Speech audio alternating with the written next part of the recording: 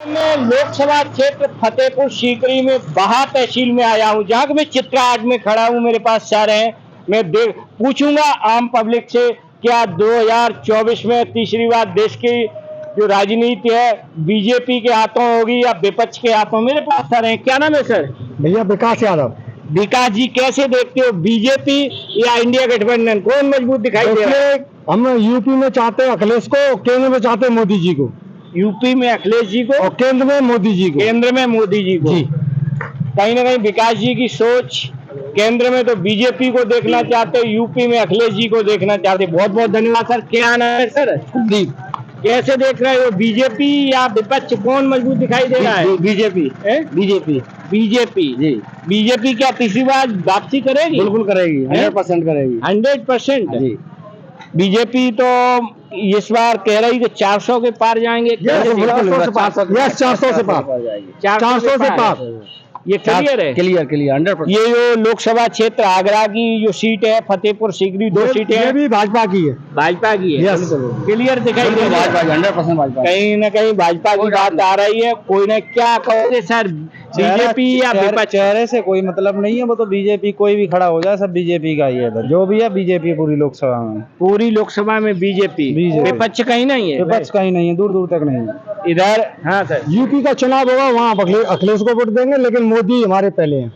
मोदी जी हमारे पहले हैं। कहीं ना कहीं देखो बड़ी बात निकल के आई। यूपी में देखना चाहते हैं अखिलेश जी को, और केंद्र में अगर देश की राजनीति तो उसमें मोदी जी को। कैसे देखते हो सर, बीजेपी या विपक्ष सेंटर में? बीजेपी ने हमारे लिए बहुत अच्छा काम किया है, जैसे कि हमारी जो इकोनॉमिकल सिस्टम है उसको बहुत बढ़ाया है, अपने डिफेंस सेक्टर में बहुत अच्छा काम किया है, इसलिए हम आगे चल के बीजेपी को ही सपोर्ट करेंगे। क्या नाम है सर? मेरा नाम अजीत है। अजीत जी, कैसे देखते हो, क्या कहोगे, हुआ है? सर मेरा तो यही कहना है कि सारे बेरोजगार अभी मोदी जी से खफा हैं, क्योंकि जितनी बेरोजगारी का स्तर, जितना बेरोजगारी का स्तर 2023 और 24 की रिपोर्ट में आया है, उतना आज तक की 75 साल देश को आज़ादी को हो गए, आज तक इतनी बेरोजगारी किसी भी सरकार में नहीं हुई। मैं युवा हूं, मैं पढ़ रहा हूं, आज मैं बेरोजगार हूं, तो मैं अपने हिस्से की बात करूंगा, जिसलिए मैं जानता हूं देश की जीडीपी जो इन्होंने कहा था कि 60 ट्रिलियन हो जाएगी सर, इधर आए, जो कि अभी 3 ट्रिलियन भी नहीं हुई। 2024 और 25 तक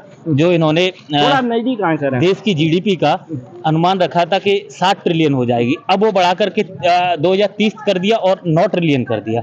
तो ऐसे कब तक बढ़ता रहेगा?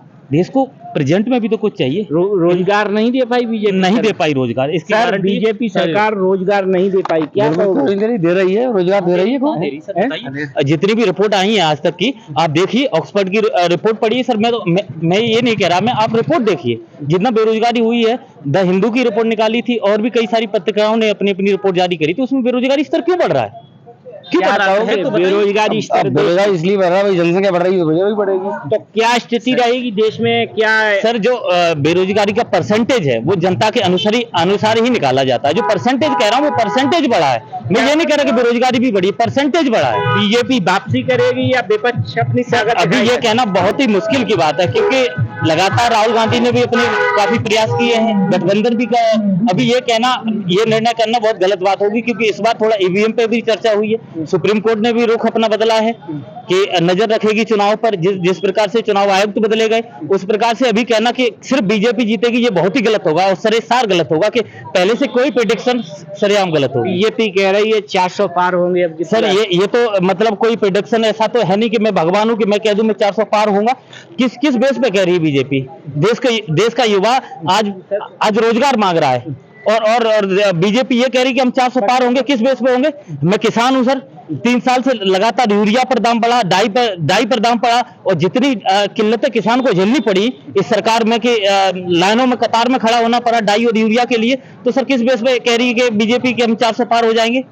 कैसे देखते हो आप? हमारे यहाँ सबसे बड़ी प्रॉब्लम ये है, जैसे कि हम बताना चाहेंगे, यहाँ पे बीजेपी का कोई भी नेता जब चुनाव होते हैं, जब तो आते हैं, उससे जैसे ही चुनाव खत्म कोई भी यहाँ पे दिखाई नहीं देता। यहाँ पे बहुत सारा युवा है, ना ही उनके लिए कोई स्टेडियम है, ना कोई ऐसी सुविधा है जिससे कि हमारा युवा वहाँ पे रोजगार कर सके। ये बहुत सारी प्रॉब्लम है, ये सुधारनी पड़ेंगी। युवा BJP को। आरोप लगा रहे कि बीजेपी सरकार ने रोजगार नहीं दिया है। लेकिन आरोप वो सच है कि उन्होंने रोजगार बहुत कम दिया है, गवर्नमेंट जॉब बहुत कम निकाली है। अभी जो पुलिस का टेस्ट हुआ था वो भी कैंसिल हो गया, और जो अपना जो आर्मी का है वो भी 4 साल का कर दिया गया है। ये सारी बहुत सारी चीजें हैं, उस पर हमको डिस्कशन करना पड़ेगा, अपनी सरकार को उस पर बातें करनी पड़ेंगी, कैसे उसको सुधारा जाए, कैसे अपने क्षेत्र को, गांव को कैसे डेवलप करना है। यहाँ के लोगों को नॉलेज नहीं है, कैसे उनको बताया जाए। हमारी गवर्नमेंट ने बहुत सारी स्कीम भी निकाली। जीडीपी अर्थव्यवस्था क्या देश की बढ़ी है बीजेपी सरकार? बिल्कुल बढ़ी है, अर्थव्यवस्था बहुत अच्छे तरीके से बढ़ी है। अपनी जो जीडीपी है, मतलब जो बाकी देशों की अपेक्षा बहुत अच्छी है अभी फिलहाल। बता रहे हैं जीडीपी अर्थव्यवस्था देश की बढ़ी है, क्या कहोगे बीजेपी सर मैं तो ये कहना चाहूंगा कि पहले जाकर के रिपोर्ट पढ़ी जाए कि हम लोग, मैं कह दूं कि जीडीपी बढ़ी है, या कोई भी बीजेपी का समर्थन आकर के कह दे कि जीडीपी बढ़ी है, तो ये तो नहीं मान्य होगा ना, क्योंकि डेटा मान्य होता है। हमारे यहाँ डेटा साइंस चलती है, जो बड़ी बड़ी कंपनियां हैं जो डेटा निकालती हैं, क्या वो सारी कंपनियां गलत हैं जो डेटा निकालती हैं? अगर जीडीपी बड़ी होती तो इतना सारा घाटा देश को दिखाया गया है। जीडीपी मोदी जी ने खुद बताया था कि हम 60 ट्रिलियन से ऊपर जीडीपी कर देंगे 2024 और 25 तक। अब वो लगातार बढ़ती जा रही है, अभी पिछला तो हुआ नहीं, अभी आगे फिर वादा कर दिया गया कि 2030 तक हम 30 ट्रिलियन कर देंगे, हम 8 ट्रिलियन कर देंगे, या जो भी बढ़ा हुआ। सर ये डेटा क्यों बढ़ाए जा रहे हैं? पहले जो पिछले वादे हैं वो पूरे होने चाहिए।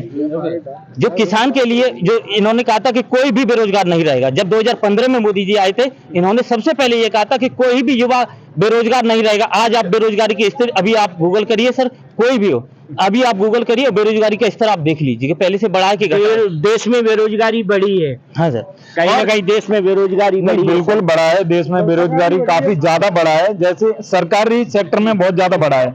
इन्होंने आर्मी जो अपना 4 साल का जो आर्मी वाला जो था, उसको वो 4 साल का कर दिया, उससे हमारे युवा पे बहुत सारा प्रभाव पड़ा। और जैसे सरकारी वैकेंसी है, बहुत सारे एसएससी में है, जो भी है, तो उसमें बहुत कम वैकेंसी निकाली गई है, जिससे हमारा बेरोजगारी बढ़ा है। तो इस पे काम करना पड़ेगा हमारी सरकार को। जैसे कि आपने देखा है विपक्ष को कहीं ना कहीं, जैसे केजरीवाल जी को जेल में डाल दिया गया, क्या कहोगे? सर मैं तो यही कहना चाहूंगा, क्या हेमंत सोरेन जी जब कांग्रेस से बीजेपी में आए थे, जब कांग्रेस में तब उन पे आरोप थे, जैसे ही बीजेपी में आए सारे आरोप समाप्त। एक नहीं, ऐसे 10 नेता हैं सर, आप गिन लीजिए। जैसे ही बीजेपी में आए ईडी की जांच खत्म। सर ये बताइए मुझे कि मैं नहीं मानना कि केजरीवाल सही है, लेकिन मैं एक बार को ये मानना हूं कि जितने भी नेता उससे पहले कांग्रेस में थे तो वो वरिष्ठ थे, जैसे ही बीजेपी में आए जांच उनकी समाप्त, सारे आरोप समाप्त उनके। सर आप बताइए मुझे ये क्या कहना? कहीं ना कहीं बीजेपी में आने के बाद क्या दूर से धुल जाते हैं नेता? नहीं, ऐसा है, जैसे अपना बीजेपी का जो अपना परसेंटेज है वो काफी ज्यादा है, तो क्या है, नेता उसमें बीजेपी में आने के बाद उनका जो पिछला जो रिकॉर्ड है वो दब जाता है, इसलिए इसमें थोड़ा रिकॉर्ड क्लियर हो जाता है, ये प्रॉब्लम है। बहुत बहुत धन्यवाद। हालांकि देश रहना चाहिए, एक बहुत बड़ी बात है। एक समय था जब कांग्रेस शासन में हुआ करती थी और अटल बिहारी वाजपेयी को फॉरेन मिनिस्टर बना के भेजा जाता था, वो भी समय था हमारे देश में। लेकिन आज की जो राजनीति है, कहीं ना कहीं भेदभाव क्या है कि अगर विपक्ष है तो उस पर सीबी ईडी तमाम जांचें बैठा दी जाती हैं, लेकिन अगर सत्ता पक्ष में कोई मिनिस्टर है, कोई सांसद है, तो उसके खिलाफ कोई भी देश में एफआईआर पंजीकृत नहीं होती है। हमारा देश प्रेम से चलेगा, ये सभी छात्र हैं। और मैं कहूँगा राज्य सरकार और भारत सरकार से कि छात्रों को रोजगार दो। हालांकि जनता का मत है आपके सामने है। बहुत बहुत धन्यवाद। इसी के साथ मैं Kapil Yadav, MBM news 24 Chitrahat by Agra.